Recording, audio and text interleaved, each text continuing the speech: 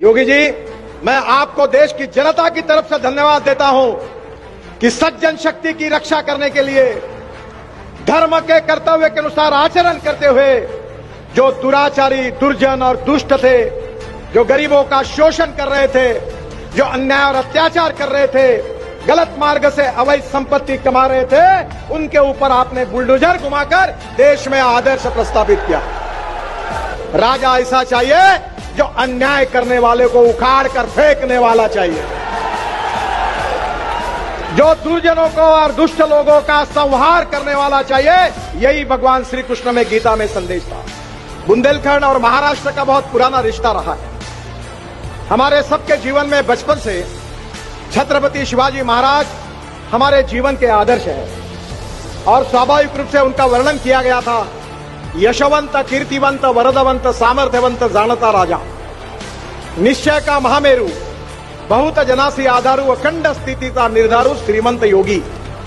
और वो छत्रपति शिवाजी महाराज और बुंदेलखंड के राजा छत्रसाल महाराज, इन दोनों के बीच में बहुत घनिष्ठ मित्रता थी और 17वीं शताब्दी में ये जो नींव है मैत्री की, वो बहुत मजबूत हुई थी। वो देश के इतिहास में बहुत महत्वपूर्ण है। ये वीरों की भूमि है और इसी भूमि पर एक इतिहास बना रहे हमारे योगी जी। मैं आज देश की जनता की तरफ से उनको धन्यवाद दूंगा कि भगवान श्री कृष्ण ने भगवत गीता में एक बात कही, वो योगी जी के काम को देखकर याद आती है। परित्राणाय साधूनाम विनाशाय च दुष्कृताम धर्म संस्थापनार्थाय संभवामि युगे युगे। राजा ऐसा होना चाहिए जो मां बहनों की रक्षा करने वाला चाहिए। राजा ऐसा होना चाहिए जो सज्जनों की रक्षा करने वाला चाहिए। राजा ऐसा चाहिए जो अन्याय करने वाले को उखाड़ कर फेंकने वाला चाहिए,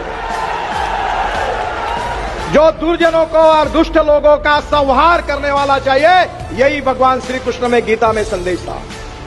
योगी जी, मैं आपको देश की जनता की तरफ से धन्यवाद देता हूं कि सज्जन शक्ति की रक्षा करने के लिए धर्म के कर्तव्य के अनुसार आचरण करते हुए जो दुराचारी, दुर्जन और दुष्ट थे, जो गरीबों का शोषण कर रहे थे, जो अन्याय और अत्याचार कर रहे थे, गलत मार्ग से अवैध संपत्ति कमा रहे थे, उनके ऊपर आपने बुलडोजर घुमाकर देश में आदर्श प्रस्तावित किया। मैं उत्तर प्रदेश की जनता तो आपके ऊपर खुशी है। मैं देश की जनता की तरफ से आपको बहुत बहुत धन्यवाद देता हूं, आपका अभिनंदन करता हूं। और आप इसी कार्य से आगे जाएंगे तो सही में अयोध्या में राम मंदिर तो अब निर्माण हो गया है, पर देश में राम राज्य निर्माण होगा, ये मेरा विश्वास है।